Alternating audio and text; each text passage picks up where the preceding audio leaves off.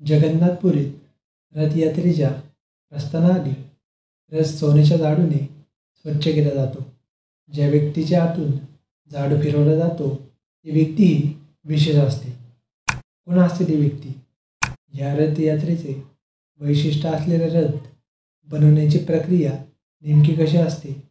कोणत्या रथात कोणती मूर्ती विराजमान होते? ही रथयात्रा कुठपर्यंत जाते? याचबरोबर 53 वर्षांनी यावर्षी एक योग घडून आला आहे, तो म्हणजे भुवनेश्वरजवळ समुद्रकिनारी वसलेले मुख्य तीर्थांपैकी एक जगन्नाथपुरी. तेथील मंदिरात मूर्ती ही वेगळ्या प्रकारची आहे. साधारणतः आपल्याला मंदिरात मातीची, धातूची वगैरे मूर्ती पाहावयास मिळते, मात्र जगन्नाथपुरीत चक्क लाकडी मूर्ती पाहावयास मिळते. मंदिरात जगन्नाथ अर्थात श्रीकृष्ण, बलराम आणि सुभद्रा अशा 3 मूर्ती आहेत. दरवर्षी आषाढ शुक्ल द्वितीयेच्या तिथीला तिन्ही मूर्ती 3 लाकडी रथांमध्ये विराजमान करून भव्य रथयात्रा निघते. तसे या ठिकाणी 12 वार्षिक उत्सव आहेत. त्यातील मुख्य व आकर्षणाचा भाग म्हणजे रथयात्रा. या दरम्यान लाखो भक्त या उत्सवात मोठ्या भक्तिभावाने सामील होतात. भगवान श्री जगन्नाथ, बलराम आणि सुभद्रा यांचे रथयात्रेत सामील होऊन दर्शन घेतले तर मोक्ष मिळतो, अशी लोकांची श्रद्धा आहे. यावर्षीची रथयात्रा दिनांक 7 जुलै 2024ला निघणार असून यावर्षी 57 वर्षानंतर हा योगायोग घडून आला आहे की रथयात्रा 2 दिवस चालणार आहे, म्हणजे 7 आणि 8 जुलै. 7 जुलैला सायंकाळी 4 वाजता रथयात्रा निघून सूर्यास्ताला ती थांबवली जाणार आहे. दुसऱ्या दिवशी सोमवार दिनांक 8 जुलैला सूर्योदयाला रथयात्रा पुन्हा सुरू होणार आहे. ती पुढे गुंडीचा मंदिर येथे जाणार आहे. आता हा रथ कसा बनवतात त्याविषयी जाणून घेऊ. भगवान श्री जगन्नाथांचा रथ साक्षात विश्वकर्मा यांनी तयार केला आणि या रथयात्रेची प्रथा इंद्रद्युम्न राजाने सुरू केली, असे पद्मपुराणात सांगितले आहे. या रथयात्रेविषयी स्कंदपुराण, नारदपुराण आणि ब्रह्मपुराणात माहिती सापडते. हा रथ बनवण्याची प्रक्रिया सुमारे 2 महिने आधी सुरू होते. 3 भव्य रथ यावेळी बनवले जातात. एका पिढीकडून दुसऱ्या पिढीकडे यासंबंधी माहिती दिली जाते. या 3 रथांसाठी 42 चाके लागतात. ती रथ बनवण्याच्या प्रक्रियेत पहिल्यांदा केली जातात. साधारणतः ज्येष्ठाच्या महिन्यात जगन्नाथपुरीतील मंदिर दर्शनासाठी बंद केले जाते.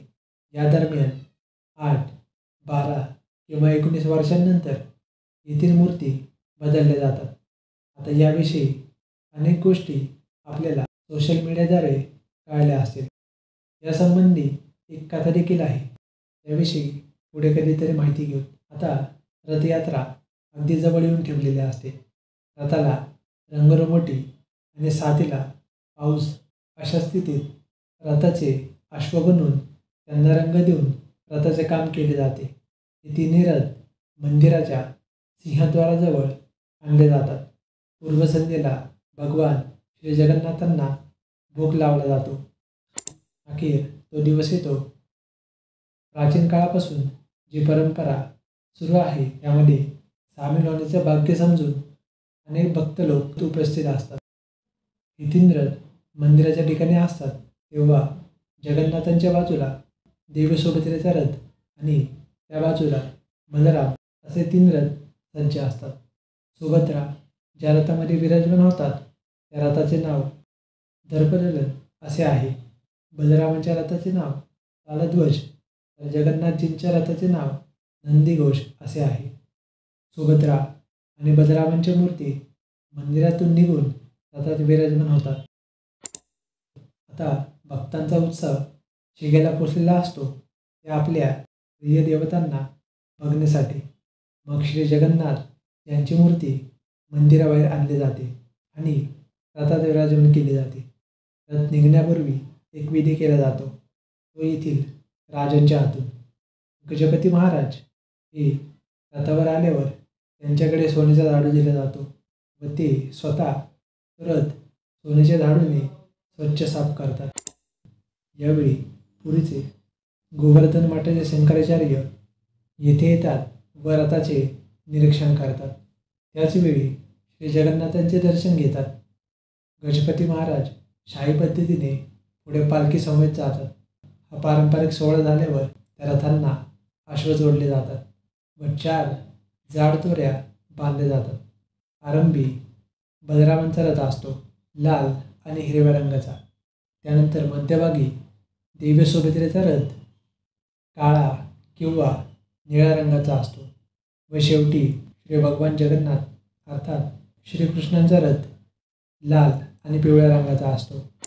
पुढे ही रथयात्रा 3 किलोमीटर गुंडीचा मंदिर येथे जाते.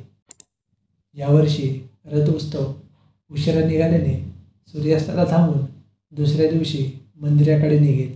एकंदरीतच हा उत्सव दशमीपर्यंत चालतो. भगवान जगन्नाथ दशमीला पुन्हा त्यांच्या मूळ ठिकाणी येतात.